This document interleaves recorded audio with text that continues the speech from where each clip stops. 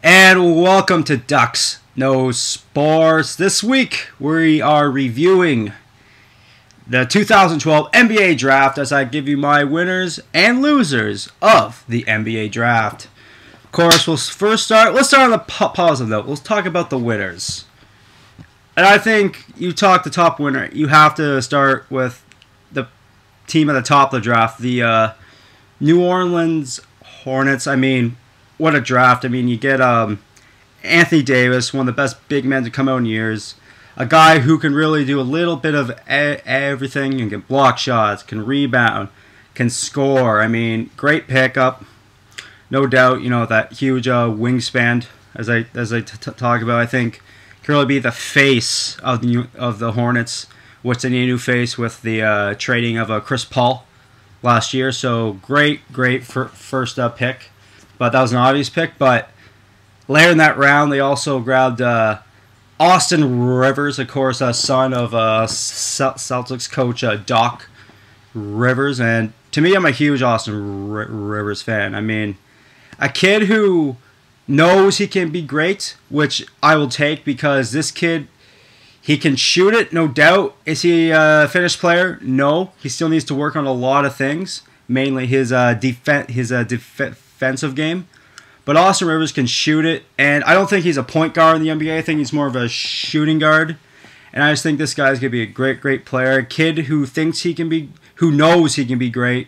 And I'll take that over a kid who thinks he can be okay. So the New Orleans Hornets, you know, big winners on draft day. But they weren't the only ones.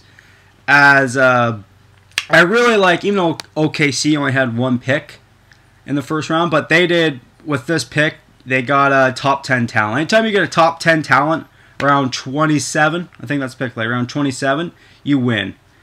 I mean, to take Percy Jones III, you know, great player out of Baylor, you know, a good lockdown defender guy, is really helped this team's depth. And you think about it, now, like the kid falls, what was supposed to be a top 10 pick, falls all the way almost out of the first round, but then gets picked by, you know, a team went to the NBA Finals. And this is a great pick. The kid can come off the bench. He can learn from Durant and Harden and Westbrook. You know, a key contributor off the bench. I mean, this makes the Oklahoma City Thunder even more deep, which is pretty scary.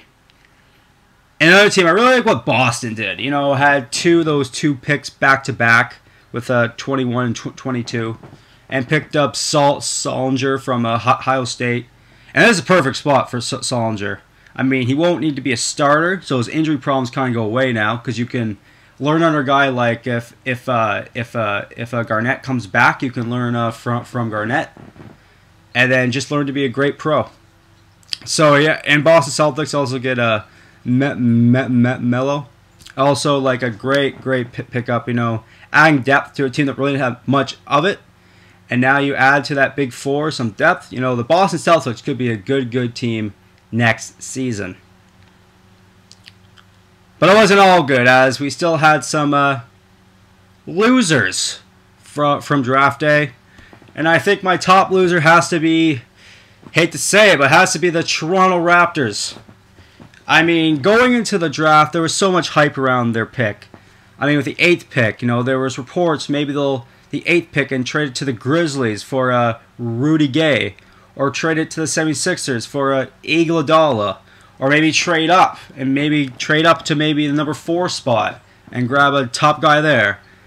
But, you know, it didn't work out for them as they keep the pick, and with guys like Austin Rivers and Drummond and Lamp still on the board, who they take? Terrence Ross. Now, not to rip the kid, but to be honest, you could have traded down and still got Terrence Ross. You know, maybe trade down and got maybe an extra pick or something. Let's pick him the 8th spot. It was too soon. And for a guy who, in the top 10, I believe you need to have a starter. If you're in the top 10, you have to be a starter. And Terrence Ross is not going to be a starter. I think as a guy off the bench, a guy that could trade down and got to, even he was surprised. Even he said he was kind of surprised he was taking that high.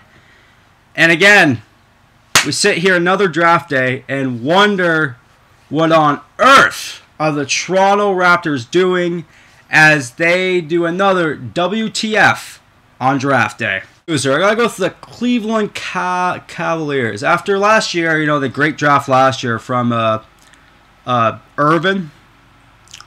You know, great point guard, was the rookie of the year, and of course the Canadian Christian Thompson. You know, great draft last year.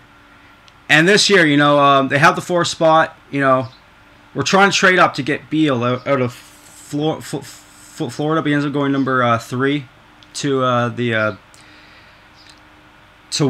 Washington. They decided to keep the pick, and they draft Dion Waiters from Syracuse. You know, a player who could be an all-right player in the league, but we already have a great guard in Urban. I would have gone more big, maybe Thomas Robinson or a Barnes, a pick like that, because at number 4 there was better players on the board. You know, you could trade, like the Raptors, you could trade it down and still got this player. Maybe trade down if you saw it, still got this player. You know, I think he went too high, bad pick.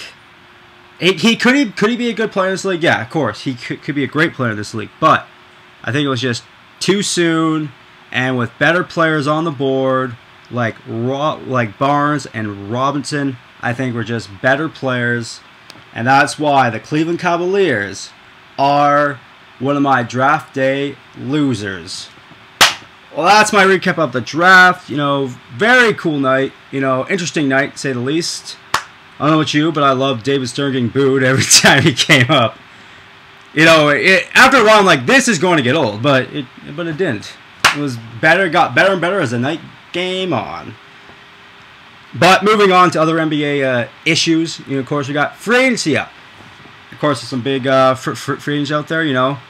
The clock is ticking on Darren Williams being a net.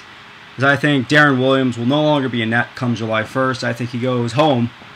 I think he goes to Dallas, and you know, hooks up with Dirk.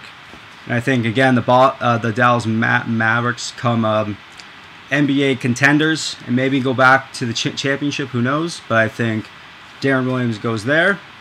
Another big issue: Steve Nash. Where'll Steve Nash sign? You know, it should be reported. You know, 3 teams reported to be interested in Steve Nash: Toronto, Portland. And, of course, going back to the Suns, and it should be said, Portland, the Suns, both taking point guards in the first round last night. Toronto didn't, so just something out there. I'm just throwing it out there. No, I'm not saying he's going to the Raptors, but just throwing that fact out there. So it'll be interesting where Steve Nash goes. I'd love to see Steve Nash with the Raptors, but who really knows? Steve Nash, of course, is a different animal. So it'll be fair to see where he goes. But, of course, there'll be other great NBA videos through the summer as I will recap all the free agent news that goes down. So keep it locked right here to Ducks Knows Sports. Till next time, I'm Eric Duxter saying, I'm Ducks, and I know sports. Kind of.